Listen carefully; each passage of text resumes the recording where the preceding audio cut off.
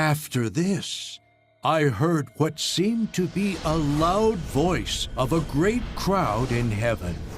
They said, "Praise God! The salvation and the glory and the power belong to our God, because his judgments are true and righteous. For he has executed judgment on the great prostitute, who corrupted the earth with her sexual immorality.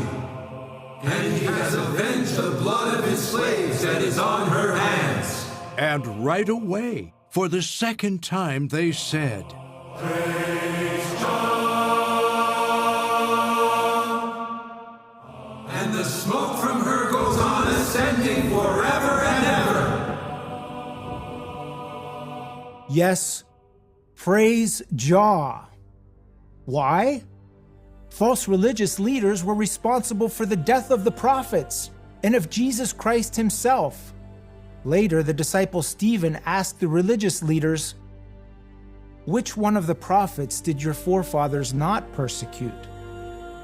Yes, they killed those who announced in advance the coming of the righteous one, whose betrayers and murderers you have now become. Instead of taking Stephen's rebuke to heart, they murdered him too, that same day. In the centuries since Stephen's day, false religion has continued to mislead, to slaughter, and to corrupt the earth with her sexual immorality. So once again we can ask, why praise Jah? The heavenly chorus answers, because God's judgments are true and righteous. Our just God Jehovah will make sure that false religion will never again defile this world and harm his loyal servants.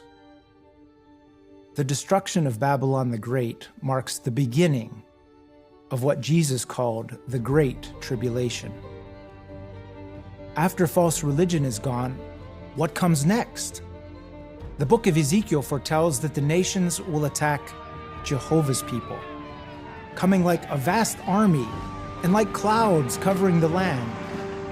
But this is not the first time that the political system has acted against Jehovah and his people.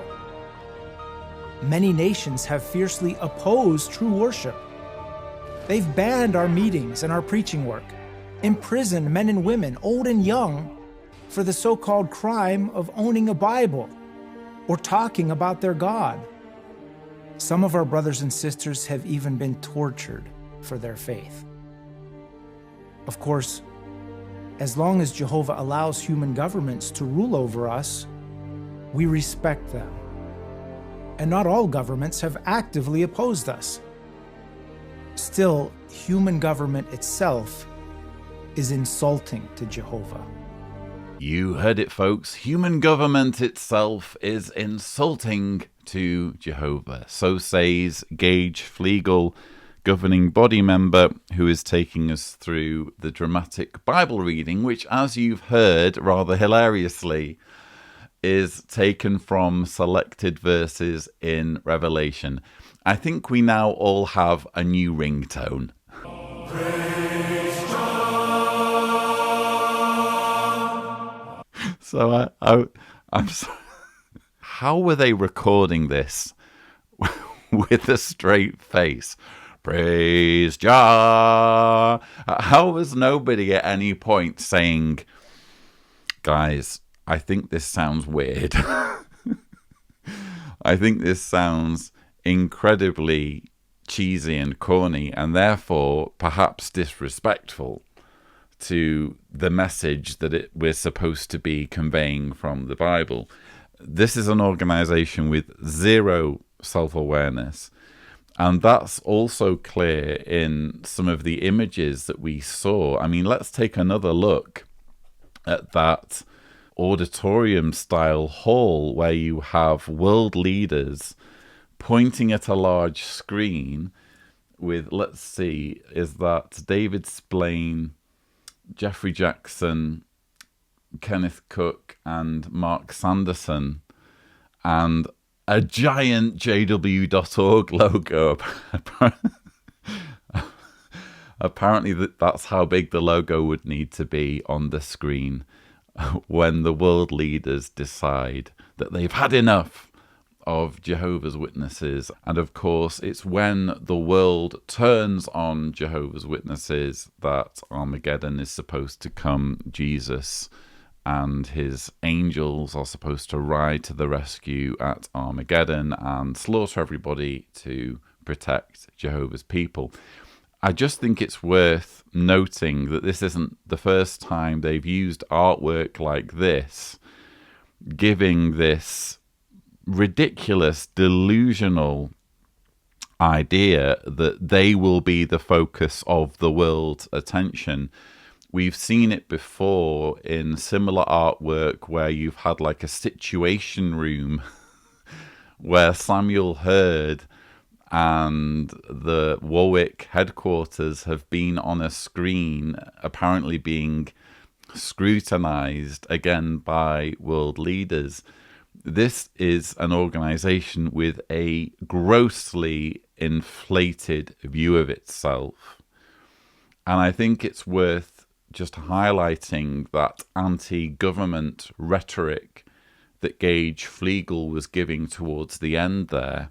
Of course, as long as Jehovah allows human governments to rule over us, we respect them.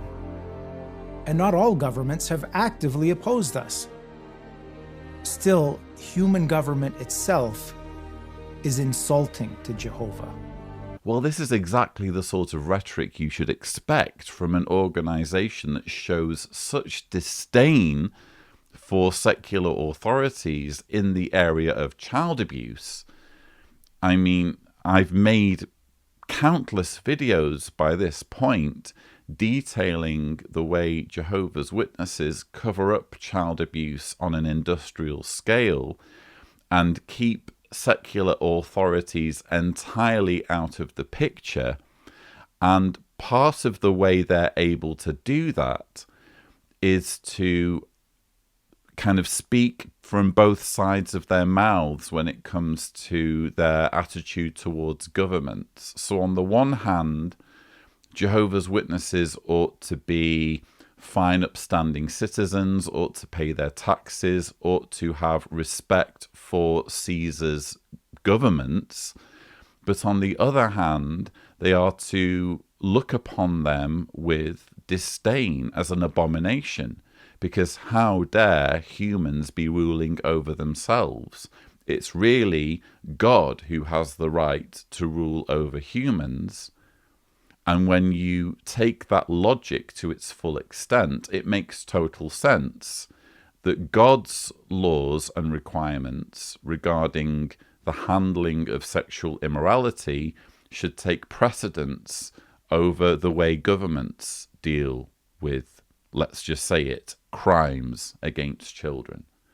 So that's the kind of culture that we're dealing with in Jehovah's Witnesses. That's how abuse is so frequently and successfully and thoroughly covered up, because there's this underlying message continually repeated in Jehovah's Witness propaganda that governments aren't to be taken really that seriously. Yes, you should obey Caesar. Yes, you should be a fine, upstanding citizen, but ultimately governments are a temporary measure. What should take priority in all instances is God's way of doing things, and it's Jehovah's Witnesses who get to dictate that.